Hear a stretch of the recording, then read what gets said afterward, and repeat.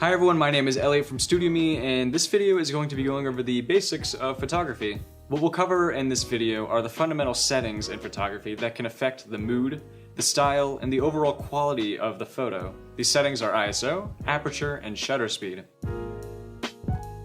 ISO determines the camera sensor's sensitivity to light. The higher the number, the higher the sensitivity.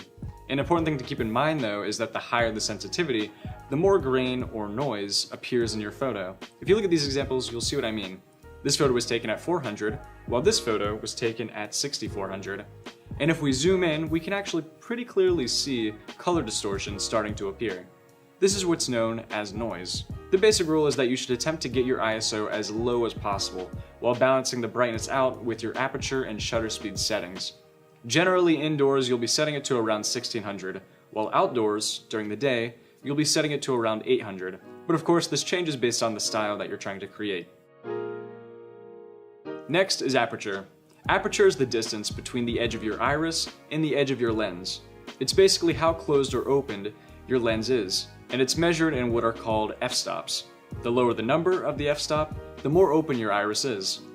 By opening your aperture to be wide, you are letting more light in, brightening your image.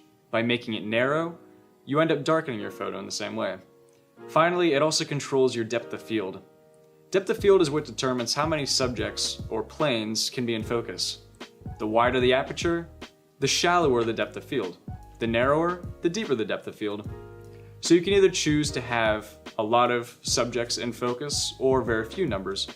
A famous example of this is in the film 2001: A Space Odyssey. In this film, the director Stanley Kubrick used 50-foot models to build his spacecrafts. In order to get these giant set pieces in focus, he ended up having to use an aperture that was the size of a pinhole. Because it was so small and it let in so little light, they actually ended up having to use much more studio lighting than they normally would, which ended up causing the whole set to overheat and ended up causing a lot of delays in production. Moving on to our last setting, we've got shutter speed.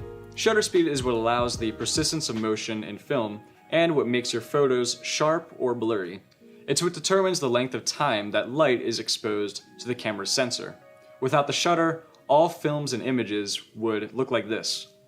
And because of this, there's another general rule that the higher your shutter speed, the less motion blur you have.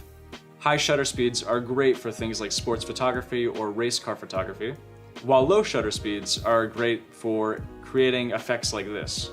For sports photography, basically anything above 1/100th of a second should do the trick.